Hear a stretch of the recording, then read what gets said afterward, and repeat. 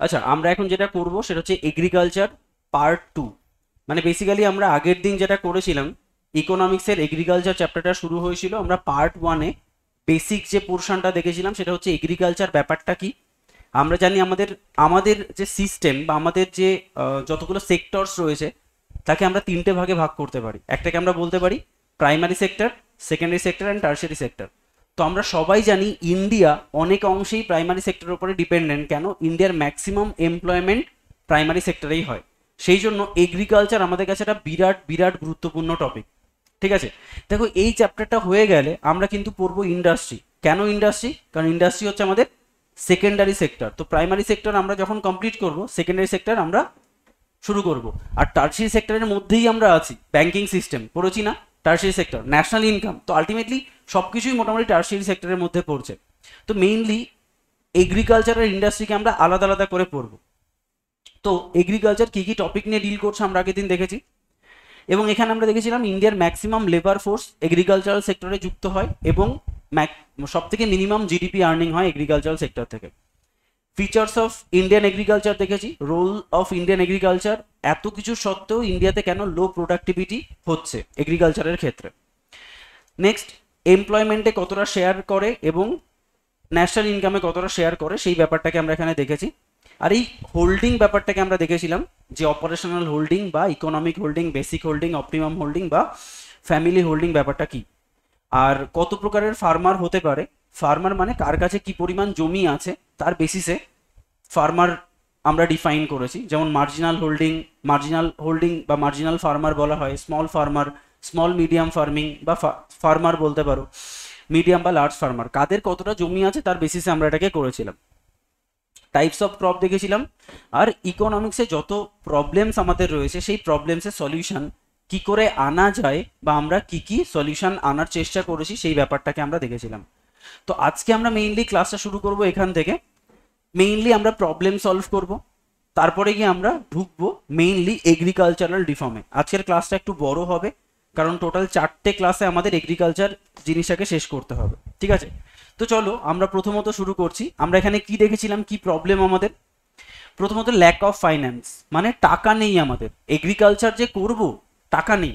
তো সেই টাকার প্রবলেমটা আমরা লাস্টে সলভ করব, কারণ এটা সব থেকে বড় প্রবলেম, যেটা নিয়ে সব থেকে বড় ডিসকাশন। তো আমরা আগে এই 3টে প্রবলেমকে সলভ করে নিই। সেটা হচ্ছে ল্যাক অফ ওয়াটার।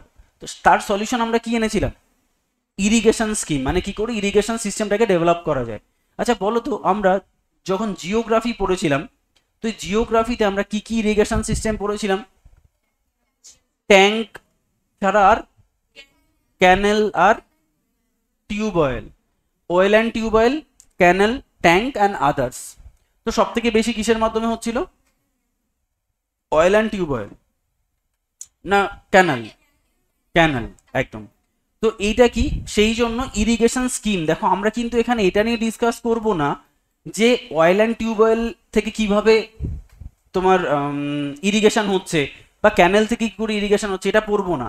আমরা পড়বো ইরিগেশনাল স্কিমস, মানে গভর্নমেন্ট এই ইরিগেশনটাকে আপলিফট করার জন্য বা এই ইরিগেশন সিস্টেমটাকে ফার্মারদের কাছে পৌঁছে দেওয়ার জন্য কি কি সুবিধা দিয়েছে, কি কি স্কিমস তৈরি করেছে। সেই জন্য আমরা দেখো প্রথমত যেটা পড়বো ইরিগেশনাল স্কিম।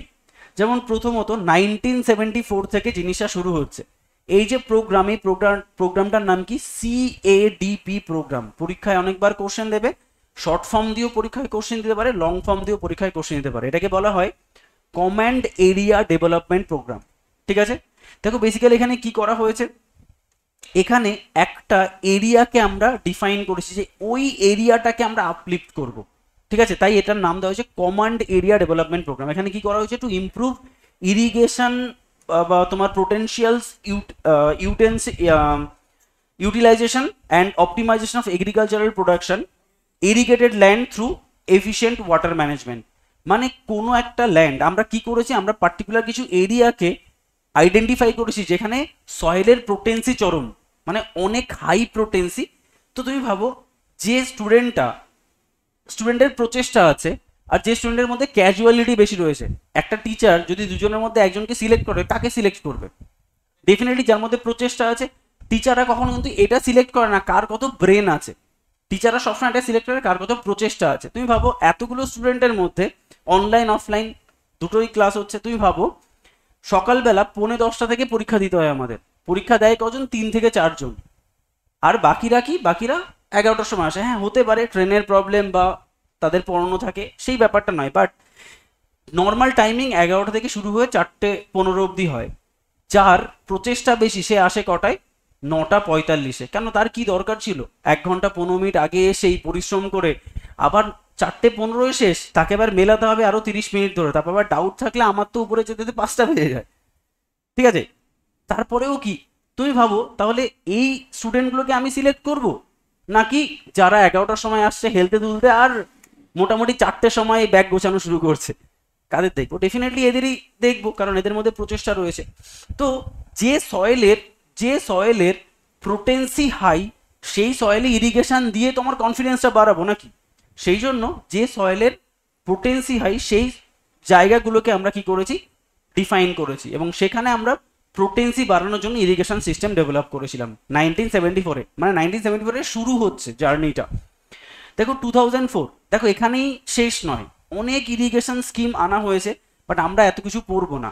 একটা কথা বলে দিই, তুমি যদি স্কিমস দেখো, দেখো আমাদের টার্গেট কি ডব্লিউবিসিএস এ? 100-100 পাওয়া, নাকি 165 পাওয়া বা 60 পাওয়া? 60-65 পাওয়া, কারণ 100-100 পাওয়ার জন্য আমি তোমাকে কোনো হেল্প করতে পারবো না। 100-100 পেতে গেলে ওই লক্ষ্মীকান্ত রমেশ সিং পড়তে হয়, ঠিক আছে?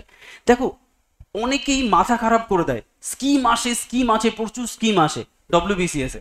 কটা স্কিম আসে?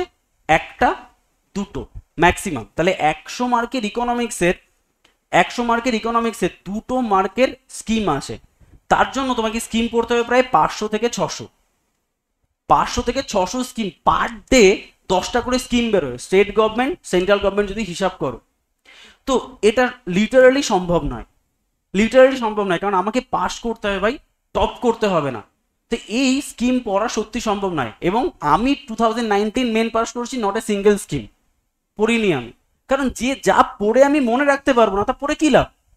ওই এফিসিয়েন্সিটাকে তুমি যদি ম্যাথসে লাগাও, তুমি আরো 10 মার্কস বেশি পাবে, এইটুকু গ্যারেন্টেড। সেই জন্য স্কিম আমি কিন্তু একটাও পড়িনি। কিন্তু যখন আমি স্টুডেন্ট ছিলাম তখন আমি ফাঁকি মারতে পারি, কিন্তু যখন টিচার হবো তখন তো আর ফাঁকি মারতে পারবো না, তখন তো পড়াতে হবে। সেই জন্য আমি একটা স্কিমের জন্য আলাদা একটা নোট তোমাদের মেন্সের ক্লাসে দেবো। সেটা কি বলো তো? সেটা হচ্ছে আমরা ওরকমভাবে আরবিট্রাল কোনো স্কিম পড়বো না।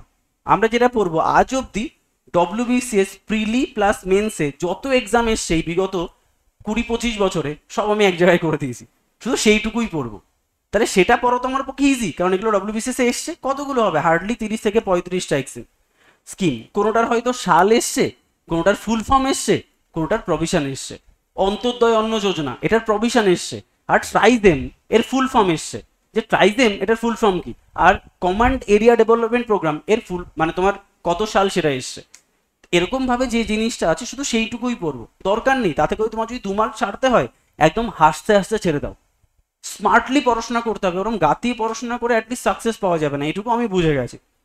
তো 1974-এ কমান্ড এরিয়া ডেভেলপমেন্ট প্রোগ্রাম হলো। দেখো এর মাঝেও কিন্তু অনেক প্রোগ্রাম হয়েছে, বাট আমরা ইম্পর্টেন্ট প্রোগ্রামগুলোকে সিলেক্ট করেছি।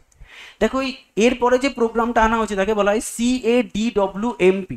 দেখো এই প্রোগ্রামটার modification, command area development and water management programme. তাহলে আমরা ওয়াটার ম্যানেজমেন্টটাকে অ্যাড করে প্রোগ্রামটাকে করলাম। দেখো সেটাকে রিনেম করা হলো, মডিফাই করা হলো। এরপরে মোদিজি যখন এলেন তখন এই ইরিগেশন সিস্টেমটাকে ফ্লারিশ করার জন্য উনি কি করলেন? প্রধানমন্ত্রী কৃষি সিঞ্চন যোজনা। কত সাল? 2 জুলাই 2015।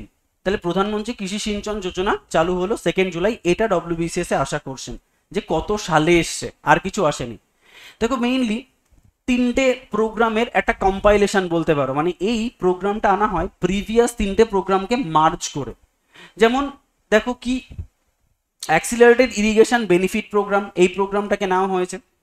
দেখো ইরিগেটেড তোমার ওয়েস্ট শেডস তোমার management program, on farm water management. তাহলে এইগুলো বিভিন্ন সালে আনা হয়েছিল। মোদিজি কি করলেন? এই 3টেকে মার্জ করে দিলেন। আমার জানার দরকার নেই এগুলো, জাস্ট আমরা জানবো কোন 3টের কম্পাইলেশন, কারণ স্কিম পড়ে শেষ হয়ে যাবে। আমি একবার আমার সময় স্কিম পড়া শুরু করেছিলাম, আমি যেটা করেছিলাম একটা বড় আর্ট পেপারে আমি চাইল্ড রিলেটেড যা স্কিম সেগুলো আলাদা করেছিলাম, ওমেন রিলেটেড যে স্কিম সেটাকে আলাদা করেছিলাম, গ্রাম রিলেটেড যে স্কিম সেটাকে আলাদা করেছিলাম, শহর রিলেটেড যে স্কিম সেটাকে আলাদা করেছিলাম, যুবক রিলেটেড যে স্কিম, টপিকই আর শেষ হয় না। ঠিক আছে, তো স্কিম পড়তে পড়তে পাগল হয়ে যায়, ফলে এগুলোকে মাথা থেকেই হাঁটিয়ে দাও, এগুলো মনে করো যে স্কিম নেই সিস্টেমে, তাহলে চাপ হয়ে যাবে। ঠিক আছে, তো এই তিনটের অ্যামালগেশন আর অবজেক্টিভকেও ডেফিনেটলি কাল্টিভেশনটাকে এক্সপ্যান্ড করা, তোমার ওয়াটার ম্যানেজমেন্টটাকে তোমার অনেক প্রফিশিয়েন্ট করা, এবং তোমার ওয়েস্টাসটাকে মানে ক্ষতিটাকে রিডিউস করা, অ্যাট্রাক্ট জেনারেল প্রাইভেট ম্যানেজমেন্ট, যাতে করে প্রাইভেট ফার্মাররা যেন এই ইরিগেশন সিস্টেমের উপরে অ্যাট্রাক্টেড হয়ে বেশি বেশি করে প্রোডাকশন করে। এই জিনিসগুলোর ভিত্তিতে আমরা কিন্তু প্রধানমন্ত্রী কৃষি সিঞ্চন যোজনা করলাম। তাহলে আমরা কিন্তু প্রবলেম সলভ করে ফেললাম কিসের? ওয়াটারের প্রবলেম। ইরিগেশন স্কিম নিয়ে এসে আমরা ওয়াটার সাপ্লাই চেষ্টা করলাম, মাত্র তিনটে মাত্র আমরা স্কিম পড়লাম এখানে। ঠিক আছে, নেক্সট হচ্ছে প্রবলেমটা কিসে? সিডে। চলো তার সিড প্রবলেম সলভ কি করে করা যায়। সিডের কি ধরনের প্রবলেম দেখো, কেউ দুটো ফার্মার, একজন ধানের চাষ করছে বা একজন লাউয়ের চাষ করছে, আর একজনও লাউয়ের চাষ করছে, একজনের গাছে 5,000 লাউ হচ্ছে, আরেকজনের গাছে মাত্র 2-3টে লাউ হয়ে বসে রয়েছে। তার মানে প্রবলেমটা কোথায়? একই জমিতে নিশ্চয়ই সিডের গন্ডগোল আছে কোথাও, জার্মিনেশনের প্রবলেম রয়েছে, বা পরিচর্যায় প্রবলেম রয়েছে। তাহলে আমরা দেখলাম যে না, আমাদের তাহলে সিডের অ্যাভেলেবিলিটিটাকে আনাতে হবে। যে সিডগুলো হাই প্রফিশিয়েন্ট, যার পলিফারেশন রেট অনেক হাই, সেই সিডগুলোকে আমরা বিদেশ থেকে রপ্তানি করলাম। দেখবে আস্তে আস্তে করে পড়বো MS স্বামীনাথন, আমরা কি কিসের জন্য, is the father of green revolution. উনি মেইনলি বললেন যে সব কিছুর জার হচ্ছে আমাদের হাই ইয়েল্ডিং ভ্যারাইটি, মানে হাই উৎপাদনকারী, প্রচুর উৎপাদনকারী ধানের বা গমের বীজ। উনি ওটাকে ইন্ট্রোডিউস করলেন, যেটা নরম্যান বোরলগের কাছ থেকে নিয়ে চলে আসলেন। তো আলটিমেটলি এসে দেখলেন যে বিরাট সাকসেসফুল হয়েছে। তো এখানে সিডগুলো এনে তো নষ্ট হয়ে যাবে, তো সেইগুলোকে সংরক্ষণ করতে হবে, যখন দরকার তখন দেব। ধানের চাষ এখন ধানের সময় না, আমি ধান বুনে দিলাম, হবে? হবে না। সেই জন্য আমাকে সেগুলো সংরক্ষণ করতে হবে। তার জন্য আমরা কি তৈরি করলাম? NSC, মানে ন্যাশনাল সিড কর্পোরেশন। আর state farm corporation of India, SFCI, একটা স্টেট গভর্নমেন্টের ফার্মারকে বেনিফিট দিচ্ছে, আর একটা সেন্ট্রালের মেইন, যার আন্ডারে এই SFCs গুলো রয়েছে। আর এখানে কি রয়েছে এইগুলো দেখো, আলটিমেটলি হাই কোয়ালিটি সিড সাপ্লাইয়ের জন্য তৈরি করা হয়েছে। তাহলে আমি উদ্দেশ্য বুঝে গেলাম এদের কেন তৈরি করা হয়েছে। অ্যান্ড 1999 থেকে 2000 WBCS মেন্সের কোশ্চেন, যে সিড ব্যাংক কবে তৈরি করা হয়, তাহলে 1999 এবং 2000 সালের দিকে। দেখো সিড ব্যাংক, এতক্ষণ কিন্তু ব্যাংক ছিল না, এতক্ষণ কি ছিল? National seed corporation. দেখো এদের কাজ হচ্ছে সার্চ করে খুঁজে বার করা। তাহলে স্টোর করব কোথায় আমরা? স্টোরেজে প্রবলেম। দেখো এটাকে বলছি সিড ব্যাংক। তোমরা বায়োলজিতে যখন পড়বে, এখন তুমি পাবে স্পাম ব্যাংক, তুমি পাবে ওভাম ব্যাংক, তুমি পাবে প্লাসেন্টা ব্যাংক। এগুলোর তাৎপর্য কি? এগুলোর তাৎপর্য হচ্ছে, ধরো এই যে যারা, বিশেষ করে কারা ইউজ করে এগুলো, যারা তোমার অ্যাক্টর বা অ্যাক্ট্রেস, যাদের পিক টাইম ফ্রেমটা কখন থাকে? 25 বা 20 বা 21 বছর বয়স থেকে মোটামুটি 40-42 বছর অবধি। বিশেষ করে একজন অ্যাক্ট্রেসের কথাই ভাবো, এই টাইম ফ্রেমটাই তার সব থেকে পিক টাইম ফ্রেম থাকে। তো এই সময় তারা কখনোই তারা চায় না যে তারা বেবি প্রডিউস করে আলটিমেটলি তাদের ফিগারটা খারাপ হয়ে যাক, বা বেবির পেছনে একটা বিরাট টাইম চলে যাক। ওরা জানে যে আফটার 40 আমাকে কেউ আর নায়িকা হিসাবে চুজ করবে না, ততদিনে আরো ইয়াং নায়িকারা উঠে যাবে। তো ওরা মোটামুটি যখন দেখে তাদের পিক সিজনটা এন্ডের দিকে, তখন তারা এই জিনিসটার পরিকল্পনা আগে থেকে করে নেয়। যেমন যখন এজ 27 বা 28, ওই সময় তারা ওভাম ব্যাংককে সাহায্য নেয়, মানে ওই সময়ের ওভামটা সবথেকে বেশি পাওয়ারফুল ওভাম হয়। তো ওভামটাকে তারা কি করে? বডি থেকে এক্সট্র্যাক্ট করে ওভাম ব্যাংকে স্টোর করে, যেটা 10-15-20 বছর পরে ইলেকট্রিক শক দিয়ে তাকে আবার সক্রিয় করা হয়, এবং ইমপ্ল্যান্ট করে তারা কিন্তু সেই সময় বেবি তৈরি করতে পারে। সেম মেলের ক্ষেত্রে রয়েছে স্পাম ব্যাংক, এবং এখন রিসেন্টলি ইন্ডিয়াতে নেই, সেটা হচ্ছে প্লাসেন্টা ব্যাংক। প্লাসেন্টা ব্যাংক তো আরো ভয়ঙ্কর, ক্রোর্স অফ ক্রোর্স লাগবে শুধু প্লাসেন্টা ব্যাংকের একটা ক্ষুদ্র জায়গা কিনতে তোমার। প্লাসেন্টা ব্যাংকে কি হচ্ছে দেখো, আমাদের যদি বডিটাকে তুমি খুব ভালো করে অবজার্ভ করো, তাহলে আমাদের বডিতে এটা হচ্ছে স্কিন। এখন যে স্কিন, এখানে কি দ্বারা তৈরি? স্কিন সেল দ্বারা তৈরি।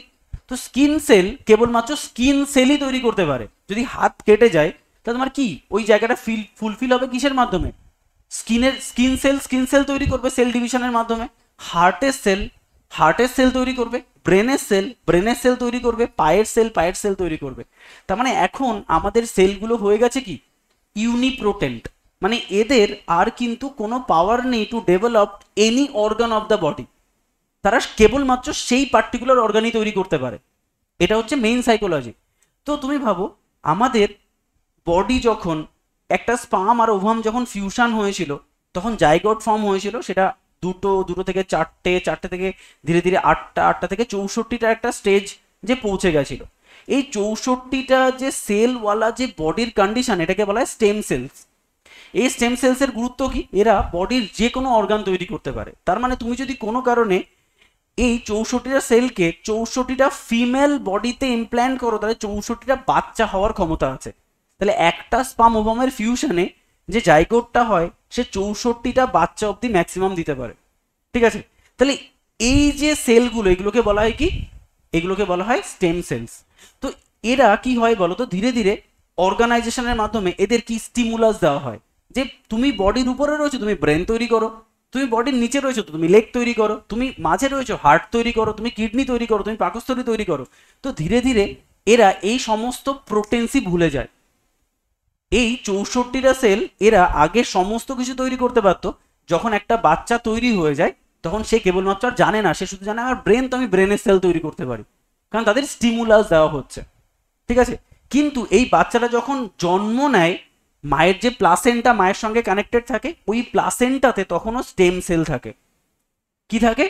Stem cell. মানে ওই প্লাসেন্টা থেকে ওই বাচ্চার যে কোনো অর্গানকে তৈরি করা যাবে। বুঝতে পারছো, যে জায়গায় কেটে আমরা বাদ দিয়ে দিই আম্বিলিকাল কার্ডের সাথে যুক্ত থাকে। তো ওই প্লাসেন্টাকে কি করা যায় জানো, স্টোর করা যায়। ওই প্লাসেন্টাকে স্টোর করা যায় কত বছর? 40 বছর, 50 বছর। কেন? কারণ আমাদের এখন ডিজিজের পরিমাণ এতটা বেড়ে গেছে। ধরো কোনো কারণে তোমার একটা হার্ট ডিজিজ হলো, হার্টটাই খারাপ হয়ে গেল, তো তোমার হার্ট কে দেবে? অন্য কেউ তো তোমার হার্ট দেবে না। তো তোমার ওই প্লাসেন্টার থেকে সেল এক্সট্র্যাক্ট করে তোমার ওই হার্ট তৈরি করে তোমার বডিতে ইমপ্ল্যান্ট করা হচ্ছে। তোমার সেল তো, তোমার বডি তোমাকে তোমার সেলকে রিজেক্ট করবে না, কারণ তোমারই তো সেল ছিল। তুমি ভাবো যে আজকে কিডনি, তোমার মা তোমাকে একটা কিডনি দিয়েছে, বেশ ভালো চলছে, কিন্তু হঠাৎ করে 2 বছর পরে কিডনি ফেলিয়ার। কেন? সেল চিনতে পেরেছে এটা আমার কিডনি ছিল না, ওটা অন্য কারো কিডনি, সঙ্গে সঙ্গে কিডনি ফেলিয়ার। কিন্তু এই সেল থেকে যদি তোমার কোনো অর্গান তৈরি করা হয় তাহলে ও কোনোদিন তোমাকে রিজেকশন করবে না, অর্গান রিজেকশন কোনোদিন হবে না। কিন্তু এটাকে বলা হয় প্লাসেন্টা ব্যাংক। সেরকম ভাবে ওই কনসেপ্টটাকে কাজে লাগিয়ে আমরা কি নিয়ে এসেছি, সিড ব্যাংক, যাতে করে একদম তোমার যার সংরক্ষণটা যেন খুব ভালো হয়। মানে এই সিডটাকে যেন 5 বছর, 6 বছর, 10 বছর অব্দি আমি বাঁচিয়ে রাখতে পারি, মানে তাকে যেন 10 বছর পরেও জার্মিনেট করা যায়, এই কনসেপ্টটা। তাহলে আমার সিডের যে প্রবলেম ছিল সেই প্রবলেমটাকে আমরা সলভ করলাম এনএসসি, এসএফসি, সিড ব্যাংকের মাধ্যমে। নেক্সট কি, ক্রপ ড্যামেজ। আচ্ছা, এত কিছুর পরেও আমি ফার্মারকে কি দিলাম? জল দিলাম, ফার্মারকে উন্নত সিড দিলাম, ফার্মার খুব ভালো প্রোডাকশনও করলো, কিন্তু দিনের শেষে দেখা যাচ্ছে বিরাট এক মানে বন্যা হলো, সব ফসল ধ্বংস, বিরাট খরা হলো, সব ফসল ধ্বংস। তো তার মানে কি, ফার্মারের ক্রপ নষ্ট হয়ে গেল। সেটার জন্য ফার্মার কি ইন্স্যুরেন্স দেবে? এই যে প্রত্যেকটা বাইক যখন আমরা কিনি, তো বাইকের একটা ইন্স্যুরেন্স করতে হয় না আমাদের, যে যদি কোনো কারণে বাইকটা অ্যাক্সিডেন্ট করে তাহলে ওই ইন্স্যুরেন্সের টাকাটা কোনো কোম্পানি তোমাকে দেবে, মানে যতটা নষ্ট হয়েছে তার ক্ষতিপূরণ। অথবা বাইকটা চুরি হয়ে গেলে তুমি প্রথম 1 বছর ফুল টাকা রিটার্ন পেতে পারো। তো বাইক গেল, জীবনেরও তো ইন্স্যুরেন্স রয়েছে, তাই না? মানুষ টার্ম ইন্স্যুরেন্স করে রাখে। টার্ম ইন্স্যুরেন্স মানে তোমাকে পার ইয়ার হয়তো 10,000 টাকা করে দিতে হবে, পার ইয়ার 10,000। তুমি যদি দাও তোমাকে 60 ইয়ার্স অব্দি তোমাকে কত টাকা দিতে হচ্ছে তাহলে? 60,000 টাকা, না 10,000 করে 60 লাখ, না ও কত বছর থেকে সেটা দেখতে হবে। ঠিক ঠিক, ধরো 30 বছর থেকে তুমি টার্ম ইন্স্যুরেন্স করলে, আর 30 বছর তোমাকে, আচ্ছা 10 লাখ বা 10,000 বা 5,000 কিছু একটা, ঠিক আছে, মানে আলটিমেটলি কত দিতে হচ্ছে তোমাকে? 15-20, আমি ধরে নিচ্ছি, যাই হোক না কেন, তোমার ধরো 1 লাখ বা 2 লাখ টাকা তোমাকে দিতে হয়, বা তারও হয়তো বেশি। ঠিক আছে, ম্যাক্সিমাম 15 থেকে 20 লাখ টাকা দিতে হয়। এটা কিন্তু তোমার এমনি হয়ে যাবে টার্ম ইন্স্যুরেন্স, মানে যদি কোনো কারণে 60 বছরের মধ্যে তোমার আনন্যাচারাল ডেথ হয়, তাহলে তুমি ওই সিস্টেম থেকে তোমার পরিবার, তুমি তো আর পাবে না, তোমার পরিবার 1 কোটি টাকা পাবে। তাহলে তুমি দিচ্ছ কত টাকা, 10 থেকে 15 লাখ টাকা বা তার অনুযায়ী, ঠিক আছে। তো তার বিনিময়ে তোমার পরিবার পাচ্ছে 1 কোটি টাকা। এই জিনিসটাকে বলা হয় টার্ম ইন্স্যুরেন্স, আমার লাইফের এগেনস্টে ইন্স্যুরেন্স করা। সেম ক্রপের এগেনস্টে তুমি ইন্স্যুরেন্স করতে পারো। সেটাই দেখো কি কি ইন্স্যুরেন্স স্কিম রয়েছে, লাখো ইন্স্যুরেন্স স্কিম রয়েছে, বাট আমরা পড়বো কটা, 1 2 3 4, এই কটাই পড়বো। যেমন প্রথমে সিসিআইএস, যেটাকে বলা হয় কম্প্রিহেন্সিভ ক্রপ ইন্স্যুরেন্স স্কিম। যদি কোনো কারণে ফ্লাড বা ড্রাউট মানে খরা বা বন্যা এর কারণে যদি কোনো কারণে তোমার ক্রপ ক্ষতিগ্রস্ত হয়, তাহলে তুমি সিসিআইএস এর মাধ্যমে একটা বেনিফিট পাবে। এবার গভর্নমেন্ট ঘোষণা করবে যদি এর এইভাবে ক্ষতি হয় বা ওইভাবে ক্ষতি হয়, তাহলে তুমি কত টাকা পাবে সেটা গভর্নমেন্ট ডিসাইড করবে, যে কি পরিমাণ ফসল তোমার নষ্ট হয়েছে তার এই অ্যামাউন্ট তুমি পাবে, হয়তো তার 10% পেলে বা তার 20% পেলে। এটাকে বলা হয় তোমার সিসিআইএস বা কম্প্রিহেন্সিভ ক্রপ ইন্স্যুরেন্স। তারপরে এনএআইএস, এটাকে বলা হচ্ছে national agricultural insurance scheme. National agriculture insurance স্কিমের আর একটা নাম হচ্ছে রাষ্ট্রীয় কৃষি বীমা যোজনা, যেটার নাম নিশ্চয়ই তোমরা শুনেছ। যদি কোনো কারণে ন্যাচারাল ক্যালামিটি, ধরো কারো এই কারণে নয়, ন্যাচারাল ক্যালামিটির জন্য, সেটা বন্যা হতে পারে, সেটা খরা হতে পারে, অন্য কোনো কারণে ভূমিকম্প হতে পারে, তার জন্য যদি তোমার কোনো কারণে শস্য ফেলিয়ার হয়, তাহলে তুমি কি এনএআইএস এর থ্রু দিয়ে ইন্স্যুরেন্স পাবে। আর 2004 দেখো বর্ষা বীমা যোজনা, মানে বর্ষার জল জমে যদি ক্ষতি হয় তাহলে তার জন্য একটা ক্ষতিপূরণ তোমাকে দেওয়া হবে। অ্যান্ড সব থেকে ইম্পর্টেন্ট হচ্ছে মোদিজি আসার পরে কি করা হয়েছে, প্রধানমন্ত্রী ফসল বীমা যোজনা, যার অবজেক্টিভ কি, ইন্স্যুরেন্স কভারেজ। এবার সেটা গভর্নমেন্ট ঘোষণা করবে যে আমি এই পরিমাণ কভারেজ দেবো। দেখো ডেফিনেটলি ফাইন্যান্সিয়াল সাপোর্ট, আর কিছু নয়। দেখো অনেক রকমভাবে ইন্স্যুরেন্সের কভারেজ ফিল করা যেতে পারে। যেমন তুমি ভাবো, তুমি যদি গভর্নমেন্টের তুমি ধরো যে স্কিমগুলো হয় সেগুলো নাও, অনেক স্কিমে এরকমটা থাকে যে তুমি 50% টাকা পাবে, 50% বেনিফিট পাবে। গভর্নমেন্টের বেনিফিট পাবে 50% আর গভর্নমেন্টের টাকা পাবে 50%, এরকম অনেক স্কিম রয়েছে। তো গভর্নমেন্ট এখানে ফিনান্সিয়াল ব্যাকআপই দেবে, কোনো বেনিফিট দেবে না, ঠিক আছে। তো এখানে কি সেম ন্যাচারাল ক্লাইমেটের জন্য যদি কোনো কারণে ক্রপ ফেলিয়ার হয় তো এটা দেওয়া হচ্ছে, ঠিক আছে। দেখো রাষ্ট্রীয় কৃষি বীমা যোজনা ওয়াজ ইমপ্লিমেন্টেড বাই, এটা খুব গুরুত্বপূর্ণ, এআইসিআইএল। এটা ডব্লিউবিসিএস মেন্সের কোশ্চেন যে এআইসিএল এর কাজ কি। দেখো এআইসিএল কে বলা হয় agricultural insurance company of India limited. এরা কি করে, এরা বেসিক্যালি গভর্নমেন্ট যে টাকাটা ইন্স্যুরেন্স থ্রু দিয়ে দেবে, তারা এরা চ্যানেলাইজ করে ফার্মারের কাছে পৌঁছে দেয়। তো এই লাইন, একটা লাইন লিখে রাখো তো এর সম্পর্কে, লেখো লেখো AICL, AICL is the AICL is the implementing AICL is the implementing agency. AICL is the implementing agency for national agricultural scheme. তাহলে AICL is the implementing agency for the national agriculture scheme, মানে দেশের যত প্রকারের agricultural schemes রয়েছে সমস্ত স্কিমই কার through দিয়ে চ্যানেলাইজ হয়, এই AICL এর থ্রু দিয়ে চ্যানেলাইজ হয়। এটা ডব্লিউবিসিএস এর কোশ্চেন। শুধুমাত্র প্রধানমন্ত্রী ফসল বীমা যোজনা নয়, যে যত প্রকারের যোজনাই আছে না কেন সবই কিন্তু AICL এর মাধ্যমে চ্যানেলাইজ হয়। ক্লিয়ার? তাহলে দেখো আমরা কিন্তু 3টে প্রবলেম সলভ করে ফেললাম, ক্রপ ড্যামেজ, সিডস এবং ওয়াটার। তাহলে আমার পড়ে থাকলো কি, ল্যাক অফ ফাইন্যান্স, যেটা সবার আগে আমাদের সলভ করা দরকার। তো দেখো ল্যাক অফ ফাইন্যান্স, এটাকে আমরা এখানে একটা কাজ করো, চার্ট তৈরি করে নাও, তাহলে বুঝতে সুবিধা হবে। তো এখানে একটা চার্ট তৈরি করে নাও, এই যে ল্যাক অফ ফাইন্যান্স, এই প্রবলেমটাকে আমরা কি করে সলভ করছি। তাহলে lack of finance, lack of finance, lack of finance. আচ্ছা ল্যাক অফ ফাইন্যান্সের জন্য আমরা কি নিয়ে আসছি, আমরা নিয়ে আসি এগ্রিকালচারাল রিফর্ম, এগ্রিকালচারাল রিফর্ম। তাহলে ল্যাক অফ ফাইন্যান্সকে সলভ করার জন্য আমরা নিয়ে আসি এগ্রিকালচারাল রিফর্ম। আচ্ছা এই এগ্রিকালচারাল রিফর্মটাকে মেইনলি আমরা 3টে ভাগে ভাঙতে পারি, 3টে ভাগে ভাঙতে পারি।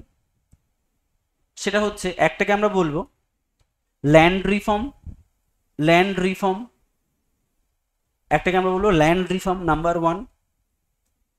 নাম্বার 2 আমরা বলবো, ও এক মিনিট এরকম ভাবে করো না, দুটো ভাগে ভাগ করো, দুটো ভাগে ভাগ করো।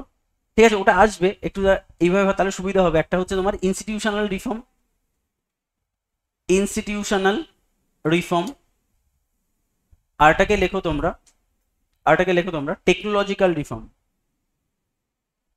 Technological reform. তাহলে একটাকে আমরা কি বলছি, এগ্রিকালচারাল রিফর্মকে আমরা মেইনলি দুটো ভাগে ভাগ করছি, একটা ইনস্টিটিউশনাল রিফর্ম আর একটা টেকনোলজিক্যাল রিফর্ম। আর যেটা ইনস্টিটিউশনাল রিফর্ম মানে আমরা ইনস্টিটিউশন তৈরি করব, এটাকে তিনটে ভাগে ভাগ করো, যেটা আমি একটু আগে বলছিলাম, তিনটে ভাগে ভাগ করো। একটাকে আমরা বলবো ল্যান্ড রিফর্ম, ল্যান্ড রিফর্ম, একটাকে লেখো এগ্রিকালচারাল ক্রেডিট রিফর্ম,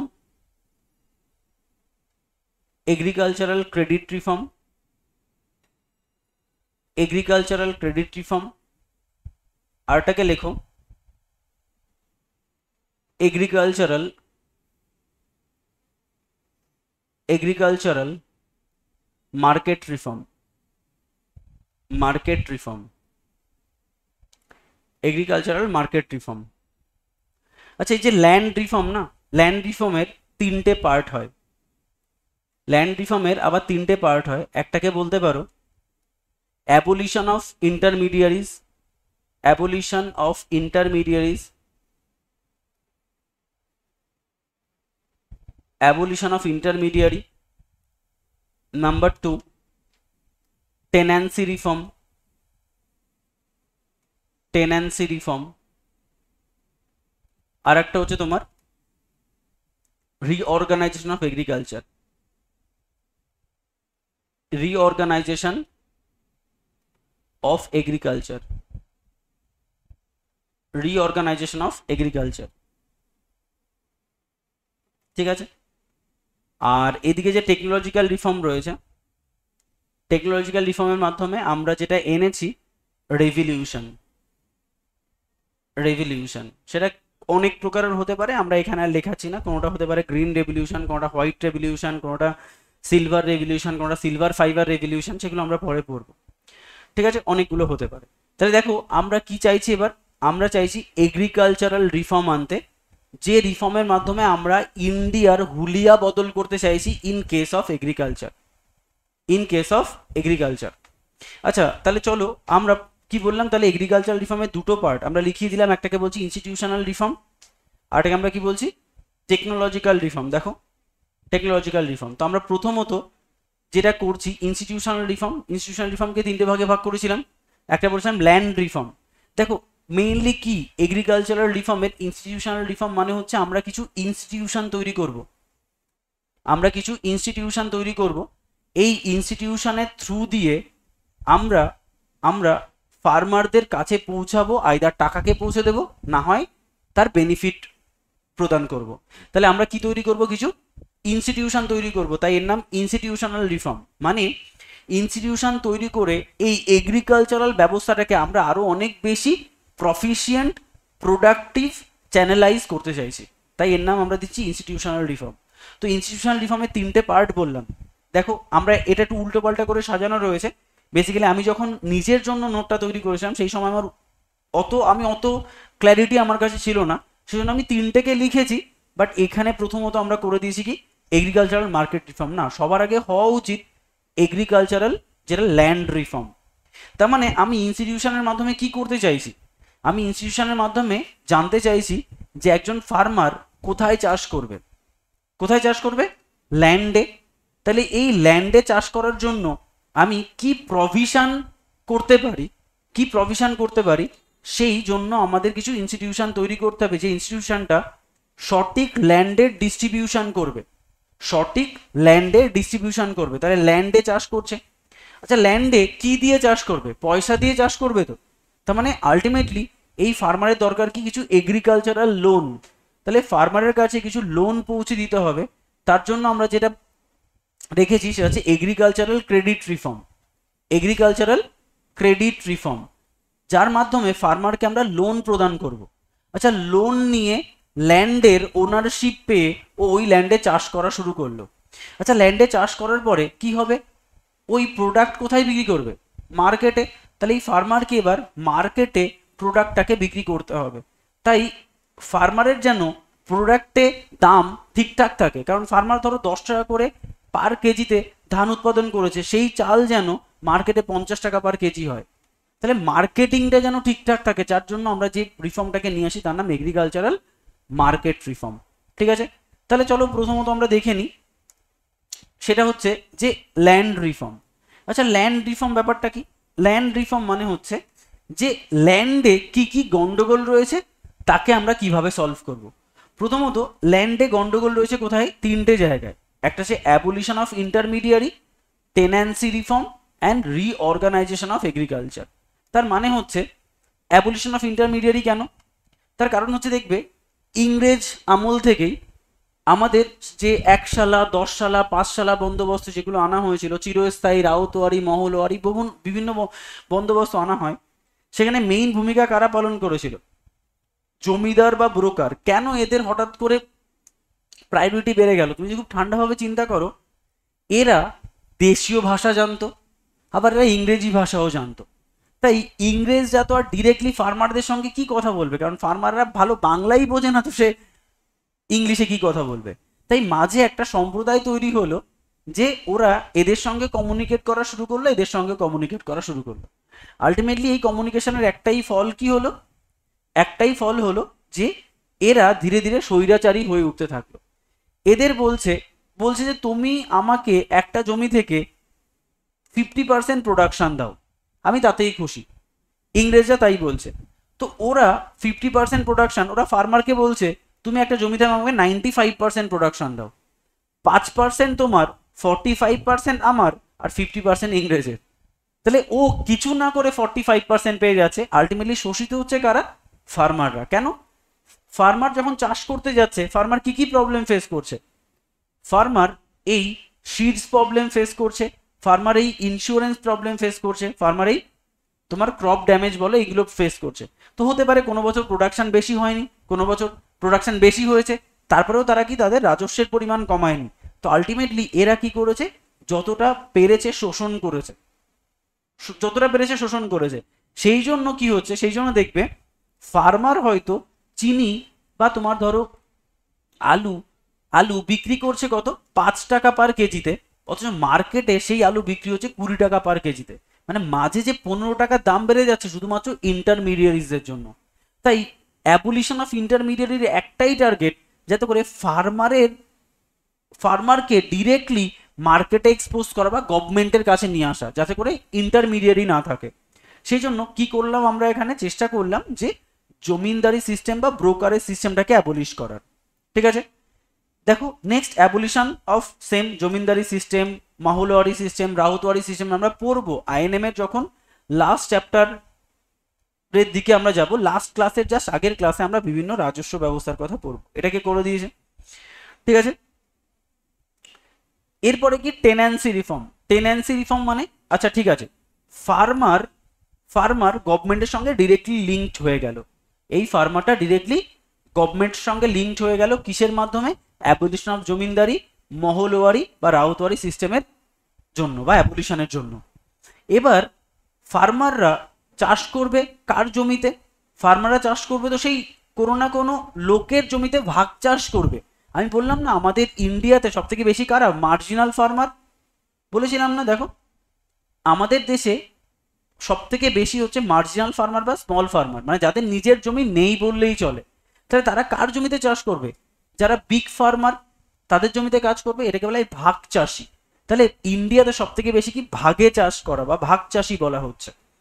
তো তার মানে কি? জমিদারের সঙ্গে তো লিঙ্ক হয়ে গেল, ঠিক আছে, কিন্তু ভাগ চাষি মানে যার প্রচুর জমি আছে, 10 হেক্টর জমি আছে, তো এ গিয়ে এনার কাছে গিয়ে বলবে দিন আপনার জমি, আমি চাষ করছি, এইটুকু খণ্ড আমার। বেশ, কত করে রাজস্ব দেবে? তো সেম একই ব্যাপার, ধরো বলছে 2/3 প্রোডাকশন আপনার, 1/3 প্রোডাকশন আমার। তাহলে ফার্মার পাবে 1/3 আর জমিদার পাবে 2/3। কিন্তু এই চুক্তি করা হলো, হঠাৎ করে 3 মাস পরে ওই ফার্মারকে বলছে তুমি ভাগো, তোমাকে দিয়ে আমি আর কাজ করাবো না, কোনো একটা মনোমালিন্য হলো। তাহলে এই ফার্মার এতদিন যে চাষ করলো তার তো কোনো মানে প্রোডাক্টিভিটি কিছু পেলো না, উপরন্তু তার কিছু ক্ষতি হলো, যাতে করে সে যদি কোনো আনঅর্গানাইজ সেক্টরে বা কোনো পার্টিকুলার প্রাইভেট জমিতে চাষ করেও, তাহলে তাকে যেন জমির ওনারশিপ দেওয়া হয়, মানে তাকে যেন এই মাঝপথে হাঁটিয়ে না দেওয়া যায়। তার জন্য আমরা কি নিয়ে আসতে চলেছি, টেন্যান্সি রিফর্ম, যাতে করে টেন্যান্টরা মানে কৃষকরা যেন একটা সিকিউরিটি পায়। তার জন্য কি করা হয়েছে, রেগুলেশন বা ফিক্সেশন অফ রেন্ট। মানে হঠাৎ করে ধরো তোমার সঙ্গে আমার চুক্তি হলো, তুমি বললে যে তুমি আমাকে 2/3 দাও, আমি 1/3 নিজে নেব, আমি ফার্মার তুমি ওনার। হঠাৎ করে এই বছর খুব ভালো বৃষ্টি হলো, বলছে না না তোমার 2/3 দিলে হবে না, তুমি 4/5 আমাকে দাও, 1/5 তোমার। তুমি মালিক, তুমি করতে পারো। এটা যেন না করতে পারে, তার জন্য কোনো কাজ বা কোনো চুক্তি করার আগে যেন রেগুলেশন বা ফিক্সেশন অফ রেন্ট থাকে, মানে এর বেশি আর আমার তোমাকে দিতে হবে না। দেখে দেখো সেটা বলে দিয়েছে 1/4 হতে পারে, 1/6 হতে পারে, কিন্তু সেটা প্রোডাকশন বা বীজ বপন করার আগেই নির্ধারিত হবে। তাহলে একটা আমি সিকিউরিটি প্রদান করলাম। দেখো সিকিউরিটি টু দ্য টেন্যান্ট, একটা টেন্যান্টের সিকিউরিটি মানে কি, টেন্যান্টের সিকিউরিটি মানে এই যে আমি বললাম 3 মাস পরে তোমাকে হাঁটিয়ে দিলাম, তুমি গন। এই 3 মাস পরে না, যতদিন তুমি চুক্তিবদ্ধ থাকবে, এগ্রিমেন্ট করবে, ততদিন অবধি এই ফার্মারকে তুমি তোমার জমি থেকে হাঁটাতে পারবে না। তাহলে এটাকে আমরা কি বলছি, সিকিউরিটি অফ টেনিওর বা tenant. Ownership right of the tenant. আচ্ছা এর কি গ্যারেন্টি রয়েছে, আমার জমি আমি তোমাকে 3 মাস পরে তাড়িয়ে দেবো না 4 মাস পরে তাড়িয়ে দেবো, এর তো কোনো গ্যারেন্টি নেই। সেই জন্য আমরা কি, আমরা বলছি যে যতটা জমি, এইটুকু জমিতে যদিও চাষ করে, তাহলে ওইটুকু জমির দাগ নাম্বার, খতিয়ান নাম্বার সহ জমির দলিল তার কাছে দিতে হবে। তাহলে আমার কাছে জমির দলিল থাকলে তুমি কিছু করতে পারবে না, কারণ আমার কাছে অরিজিনাল দলিল রয়েছে। আমরা একটা চুক্তিবদ্ধ হয়েছি, ফলে ফার্মার চাইলেই এর এগেইনস্টে কেস করতে পারে। তাহলে ফার্মারের কি করলাম, ফার্মারকে আমরা একটা সিকিউরিটি প্রদান করলাম। নেক্সট হচ্ছে রিঅর্গানাইজেশন অফ এগ্রিকালচার। আমি আগের দিন নিশ্চয়ই তোমাদের একটু উদাহরণ দিয়েছিলাম যে একজন ফার্মার, তার এখানে একটু জমি রয়েছে আর এখানে একটু জমি রয়েছে, আর আরেকজন ফার্মার, ইনি হচ্ছেন ফার্মার 1, ইনি হচ্ছেন ফার্মার 2, তার এখানে একটু জমি রয়েছে, এখানে মানে ধরো এর পাশে একটু জমি রয়েছে, আর হয়তো এখানে একটু জমি রয়েছে। আর ধরো ফার্মার 3, ঠিক আছে, তার এখানে একটু জমি রয়েছে, এখানে একটু জমি রয়েছে, আবার এখানে একটু জমি রয়েছে। এরকম ভাবে ঘুরিয়ে ফিরিয়ে অনেকের অনেক জায়গায় জমি রয়েছে। যেমন আমাদের এখানে একটু জমি রয়েছে, আবার ওখানে একটু জমি রয়েছে। ঠিক আছে, তুমি ভাবো আমার এখানে রয়েছে প্রায় 5 কাঠা, আর একটু দূরে মানে আমাদের বাড়ির জাস্ট একটু পাশে এখানে রয়েছে প্রায় 4 কাঠা। তুমি ভাবো আমার কি ইচ্ছা করছে না যদি আমার এই বাড়িটা পুরো যদি এরকম হয়ে যেত, একসাথে হয়ে যেত, আমি চাইবো না বলো? অত দূর গিয়ে কেন আমি করব? আমি চাইবো কি আমার 5 কাঠার সঙ্গে যদি এটা কত 3 কাঠা, যদি আমাকে কেউ 2.5 কাঠাও দিয়ে দেয় আর ওইটুকু সে নিয়ে নেয়, আমি তাতেই খুশ। কেন আমার এক জায়গায় চলে আসলো না পুরো জিনিসটা? সেই জিনিসটাকে কাজে লাগানোর চেষ্টা করেছে যে আচ্ছা যে ফার্মারের এখানে একটু রয়েছে এখানে একটু রয়েছে, তারা এই 3জন ফার্মারের সঙ্গে চুক্তি করে কি করেছে, এই 2 টুকরো ওনাকে দিয়ে দিয়েছে, আর এই 3 নাম্বার ফার্মারকে বলেছে তোমার যে 2 টুকরো রয়েছে এখানে একটা আর এখানে একটা, তুমি এইটা নিয়ে নাও। এরকম ভাবে কি করা হয়েছে, রিঅর্গানাইজেশন অফ এগ্রিকালচার। ঠিক আছে, একটা হচ্ছে রিঅর্গানাইজেশন, এটাকে বলছে কনসোলিডেশন অফ ল্যান্ড হোল্ডিং। আমরা কি করে দিলাম, কনসোলিডেট করে দিলাম, মানে জুড়ে দিলাম, হোল্ডিংটাকে জুড়ে দিলাম, এই ইন্ডিভিজুয়াল হোল্ডিংকে আমরা কনসোলিডেট করলাম। তাহলে এই কনসেপ্টটাকে বলা হচ্ছে consolidation of land holding. Cooperative farming, ধরো আমার এক টুকরোই জমি আছে, এবার তুমি কি করবে, আমার এখানে নেই, তো তোমাকে কি করে আমি কনসোলিডেশনের মধ্যে ফেলবো, আমার এক টুকরোই আছে, তাই তো? তো আমি তো এটাকে কিছু করতে পারবো না। তখন বলছে চলো তাহলে তোমারও এক টুকরো রয়েছে আমারও এক টুকরো রয়েছে, আমরা সমবায়ভাবে চাষ করি। তুমি আলাদা করে যদি একটা জমিতে, তুমি ভাবো আমি আলাদা করে যদি এখানে একটা চাষ করি আর আমি এখানে আলাদা করে চাষ করি, দুজন আলাদা আলাদা ফার্মার, ঠিক আছে, তাহলে দেখো এরও আলাদা করে সেচ ব্যবস্থা ডেভেলপ করতে হবে, এরও আলাদা করে সেচ ব্যবস্থা ভাড়া করতে হবে, এরও গভর্নমেন্টের কোনো না কোনো স্কিম কিনতে হবে। তার থেকে ভাই চলো দুজন একসাথে চাষ করি, একটাই জলসেচ নিয়ে দুজনেই ভাগ করে নেব। তাহলে একে বলা হয় কি, কোঅপারেটিভ ফার্মিং, সমবায় চাষ, মানে একসাথে আমরা 4, 5, 10 জন ফার্মার মিলে চাষ করব। নেক্সট হচ্ছে সিলিং অফ ল্যান্ড হোল্ডিং। এবার কি হচ্ছে, আমরা বলেছি আমাদের বড় বড় ফার্মার রয়েছে, ধরো এই যে যদি এরকম কোনো গল্প থাকতো কত ভালো হতো না, যে কেউ তার সম্পত্তি 50 কোটি টাকার বেশি রাখতে পারবে না, ইন্ডিভিজুয়াল কোনো মানুষ তার সম্পত্তি 50 কোটির বেশি রাখতে পারবে না। তাহলে কত ভালো হতো, আমরা তো কোনোদিনই ওই জায়গায় পৌঁছাতে পারবো না। ঠিক আছে, ফলে আমাদের কোনো চাপ নেই, যার 50 কোটির অধিক হবে তাদের টাকা গভর্নমেন্ট ছিনিয়ে নেবে, নিয়ে যাদের কাছে নেই তাদের উপরে বন্টন করা হবে। এটাকে বলা হয় রবিনহুড পলিসি। রবিনহুড তো তাই করতো। রবিনহুডের যে ছিনতাই সেটা কিন্তু ভালো উদ্দেশ্যে ছিল, গরিবদের মধ্যে বন্টন করতো। সেই সেম জিনিসটা এখানে হচ্ছে। টাকা তো আর নেওয়া যাবে না, কি নেওয়া যাবে? ল্যান্ড। তো ল্যান্ড নিয়ে নিচ্ছে, এটাকে বলছে সিলিং অফ ল্যান্ড হোল্ডিং। আচ্ছা, সিলিং অফ ল্যান্ড হোল্ডিং মানে কি? সিলিং অফ ল্যান্ড হোল্ডিং মানে হচ্ছে সিলিং করে দেওয়া হয়েছে। দেখো ছাদের যেমন একটা সিলিং হয় না, ছাদের যে এর উপর এটাই ছাদ, তো তোমার তোমার টপ বাউন্ডারি কোথায়? ছাদ। ছাদের উপর তুমি আর যেতে পারবে না। সেই জন্য বলা হচ্ছে যে সিলিং করে দেওয়া হচ্ছে, তুমি কোনোভাবেই এর বেশি জমি ধরতে পারবে না। আচ্ছা, ল্যান্ডের সিলিং, ল্যান্ড দু রকমের হয়। একটাকে আমরা বলতে পারি ইরিগেটেড ল্যান্ড, একটাকে আমরা বলি নন ইরিগেটেড ল্যান্ড। তুমি ভাবো ইরিগেটেড ল্যান্ড মানে কি? যেখানে ভালো চাষ হয়, যে সয়েলটা ফার্টাইল। আর নন ইরিগেটেড ল্যান্ড মানে যেখানে ভালো চাষ হয় না। তুমি ভাবো ইরিগেটেড ল্যান্ডে আমরা সিলিং করে দিলাম যে তুমি 31 বিঘা জমির বেশি কোনো জমি রাখতে পারবে না। 31 বিঘা ম্যাক্সিমাম রাখতে পারবে। ইরিগেটেড ল্যান্ড যদি 31 বিঘার বেশি হয়ে যায় তাহলে সেই জমি কার কাছে চলে যাবে? গভর্নমেন্টের কাছে। আর সেটা ভাগ হবে কার কাছে? স্মল ফার্মার বা মার্জিনাল ফার্মারদের কাছে। নন ইরিগেটেড ল্যান্ড তুমি কোনোভাবে 57 বিঘার বেশি রাখতে পারবে না। যদি কোনোভাবে 57 বিঘার বেশি হয়ে যায় তাহলে সেটা ভাগ হয়ে যাবে কার মধ্যে? স্মল ফার্মার বা মার্জিনাল ফার্মার। সেই জন্য যাদের প্রচুর ল্যান্ড আছে, তার ছেলের নামে 57 বিঘা, তার ওয়াইফের নামে 57 বিঘা, নিজের নামে 57 বিঘা, কাজের মেয়ের নামে 57 বিঘা, মানে মোটামুটি এরভাবে ভাগ করে চেষ্টা করে যাতে করে কোনোভাবেই এটা গভর্নমেন্ট না পেতে পারে। একবার পেপারে বেরিয়েছিল একজন একটা কুকুরের নামে নাকি 1 কোটি টাকার সম্পত্তি আছে, তার নিজের কুকুরের। এবার তুমি ভাবো একটা পেটকে কেউ যদি নিজের সন্তানের জায়গা দেয়, সুপ্রিম কোর্টের রায় দিতে পারলো না ঠিক না ভুল, যে 1 কোটি টাকার সম্পত্তির যে মালিক, এটা কি সুপ্রিম কোর্ট মতো রায় দিতে পারলো না যে এই কুকুরের সম্পত্তিটাকে আদৌ কি গভর্নমেন্ট পাবে নাকি ওটা কি করবে? সুপ্রিম কোর্ট সেটা পরের ব্যাপার। কুকুর মরে গেলে তার বাচ্চা প্রপার্টি, রাইট টু প্রপার্টি কি রাইট? লিগাল রাইট, তো তার বাচ্চাকে দিয়ে যাবে। যাই হোক, কি জানি আমি, তো এটাই ব্যাপার। তো এরকম ভাবে তোমার কিছু করার নেই। তো সেই এখানে একটু লিখে রাখো, এটা বাদ কি করে মিস হয়ে গেল জানি না। লিখে রাখো ইরিগেটেড ল্যান্ড। হ্যাঁ, ইরিগেটেড ল্যান্ড লিখে রাখো 31 বিঘা। এটা কিন্তু ওয়েস্ট বেঙ্গলে বলা হয়েছে, অল ওভার দ্য ইন্ডিয়াতে নয়। অল ওভার দ্য ইন্ডিয়াতে বিভিন্ন স্টেটে বিভিন্ন সিলিং রয়েছে, আমরা ওয়েস্ট বেঙ্গলের মানুষ, তাই ওয়েস্ট বেঙ্গলে সিলিং করা হয়েছে। ক্লিয়ার? তো এটা একটু করে নাও, এটা 31 বিঘা, এটা 57 বিঘা। বোঝা গেল? তাহলে আমরা কিন্তু ল্যান্ডটাকে রেডি করে ফেলেছি। নেক্সট ক্লাসে আমরা ফার্মারের কাছে লোন পৌঁছে দেবো, ঠিক আছে? আর তারপরে ক্লাসে ফার্মার থেকে প্রোডাকশন নিয়ে মার্কেটে বিক্রি করব। তারপরে লাস্ট ক্লাসে আমরা 4টে ক্লাসে শেষ করব। এই যে তুমি ধরে নাও যে এই টাইম ফ্রেমটা 1973, 1974 এই টাইম ফ্রেমে হয়, ওই সময় থেকে হয়। আর তুমি যদি আরো আগে চলে যাও, মানে বেসিক্যালি একটা নাম দিয়েছিল, সেটাকে বলে অপারেশন বর্গা। তো ওটা লিখে রাখো, যেহেতু কথাই উঠেছে অপারেশন বর্গা, একটু লিখে রাখো। লেখো অপারেশন বর্গা। অ্যাকচুয়ালি অপারেশন বর্গাই হচ্ছে ওয়েস্ট বেঙ্গলের ল্যান্ড রিফর্ম টেকনিক, ঠিক আছে? তো লিখে রাখো অপারেশন বর্গা। অপারেশন বর্গা, অপারেশন বর্গা।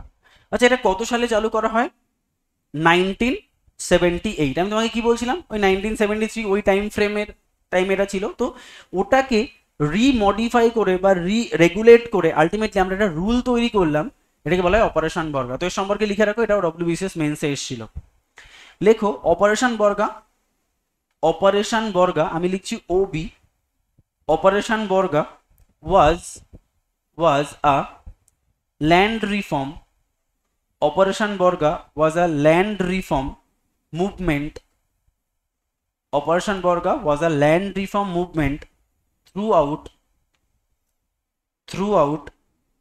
the rural West Bengal for recording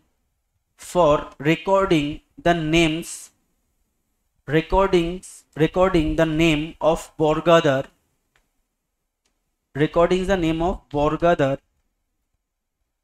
it bestowed it bestowed on the Borgadars the legal protection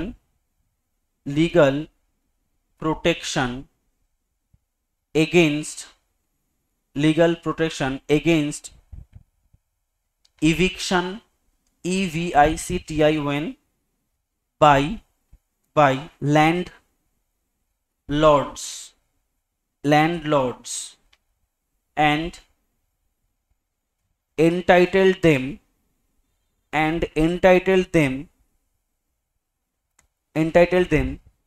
to due share of the production. কি বলা হচ্ছে, operation Barga was a land reform movement throughout the rural West Bengal for recording the names of bargadar and it bestowed on the Borgadars the legal protection against the eviction by landlords and entitled them to due share of the production. দেখো পুরো কথাটাই বলা হয়েছে যে এই মুভমেন্টটা কাদের জন্য, বর্গাদার কারা, ভাগ চাষি যারা অন্যের জমিতে কাজ করে। দেখো এটা পুরোটাই ডিপেন্ড করছে কার উপরে, বর্গাদারদের উপরে লিগাল প্রোটেকশন দেওয়া হচ্ছে এবং রেকর্ডিং করা হচ্ছে। রেকর্ডিং মানে এই বর্গাদারের আন্ডারে এই পরিমাণ জমি ওই পার্টিকুলার লোকের জমিটা ওনার আন্ডারে রয়েছে এবং তাকে লিগাল প্রোটেকশন দেওয়া হচ্ছে, মানে তাকে উচ্ছেদ করা যাবে না। তাহলে এইগুলোই রয়েছে না। এবং দেখো তার ডিউ শেয়ার, এই যে ডিউ শেয়ার মানে regulation and fixation of rent, মানে ওই পরিমাণ শেয়ারিও পাবে আফটার প্রোডাকশন। ঠিক আছে, এটাকেই বলা হয় অপারেশন বর্গা। মানে এই পুরো ল্যান্ড রিফর্মটাকে বিভিন্ন স্টেটে আনা হয়েছে, তাহলে ওয়েস্ট বেঙ্গলে আনা হয় ওই 1978-এ অপারেশন বর্গা নামে এটা চালু করা হয়। ঠিক আছে, তাহলে নেক্সট ক্লাসে আমরা এই এগ্রিকালচারাল ক্রেডিট রিফর্ম এবং এগ্রিকালচারাল মার্কেট রিফর্মটা কমপ্লিট করব। তাহলে এন্ড করে দিলাম রেকর্ডিংস। অনলাইন কোনো অসুবিধা থাকলে বলতে পারো।